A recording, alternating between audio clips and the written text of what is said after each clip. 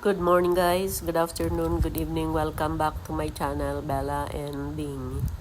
Our today's video guys is mag-ikot tayo dito sa Festival Mall. Ito yung main entrance guys ng Festival Mall. Pero marami siyang exit and entrance sa iba-ibang sa iba-ibang lugar.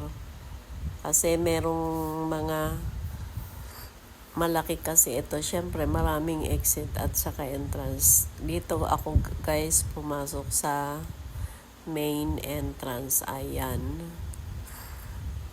Dito po ito sa Alabang. Yan, pagpasok mo, ayan ang bubungad sa iyo yung McDonald's kiosk na take out lang siya. Tapos ito na guys, yung may mga tiyanggi din sa gitna. Yung yung typical na mall. Sa gitna ng ng mall, merong mga stall ganun. Saka marami din siyang maraming establishment dito guys. Maraming mga boutique or kung ano-anong mga tindahan, pagkainan. So, one-stop shop na. Pero, ito yung pinaka-highlights dito, guys. Itong, parang park or ano ba tawag doon?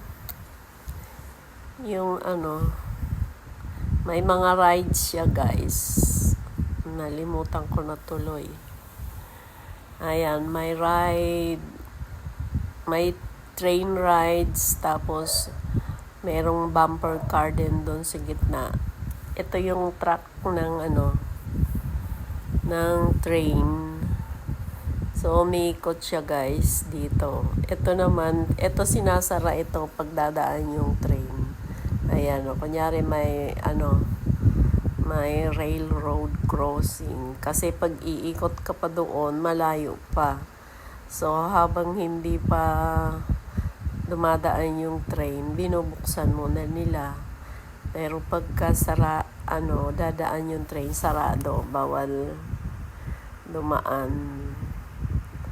Ayan guys, walang tao kasi ang aga-aga, kabubukas lang. Kaya, kumbaga kararating lang ng mga staff, ganun. Konti pa lang yung pumapasok.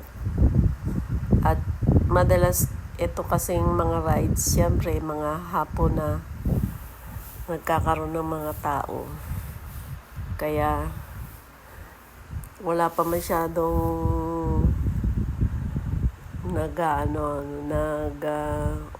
papasukan sa mga rides.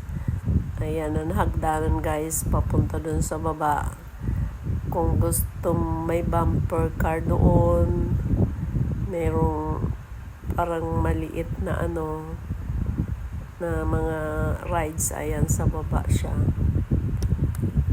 Yung merry-go-round. Tapos may kung ano-ano pang rides ng mga bata.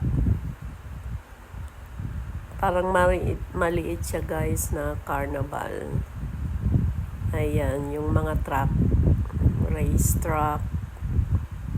Diyan pwedeng magsaka yung mga bata para mag-enjoy.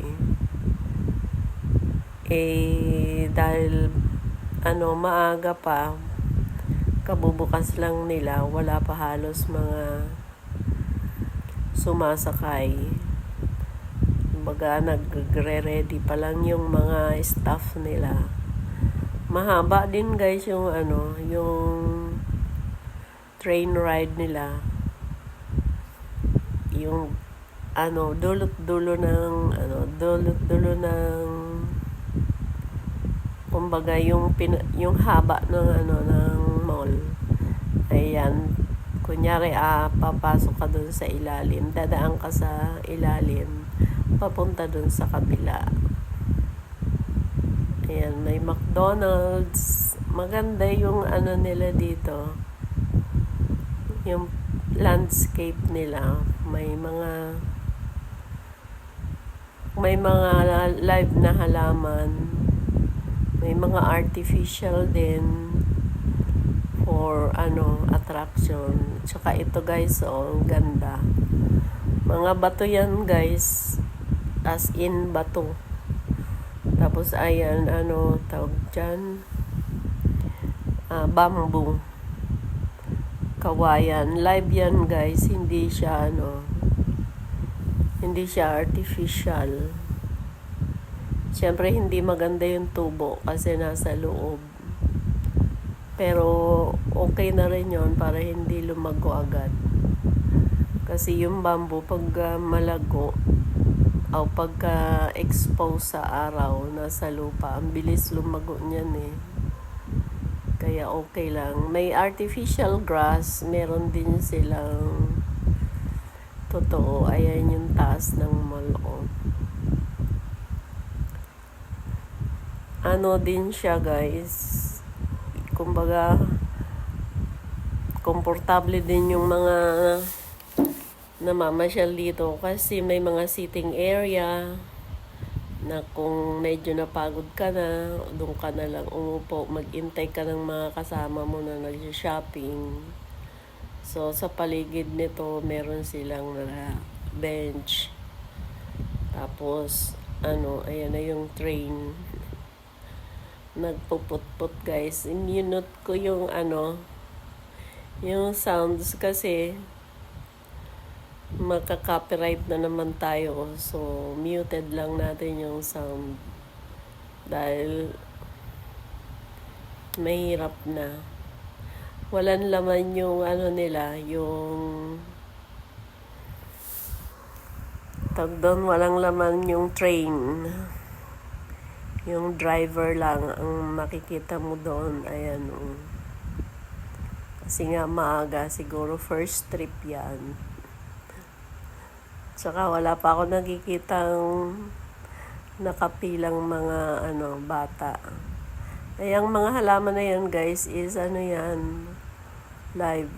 Totoo yan guys, hindi siya artificial. Kasi nabubuhay naman yung mga halaman indoor, basta may liwanag, tapos inaalagaan, nabubuhay naman siya. Maganda rin yung nila,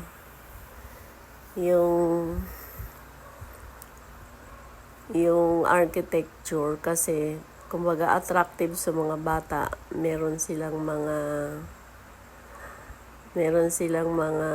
malalaking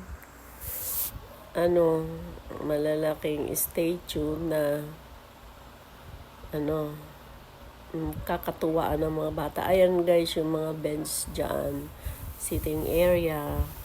Ngayon, pagka medyo napagod ka na, pwede ka na umupo dyan. Tapos, dito naman sa una-unahan, meron dyan guys yung massage chair.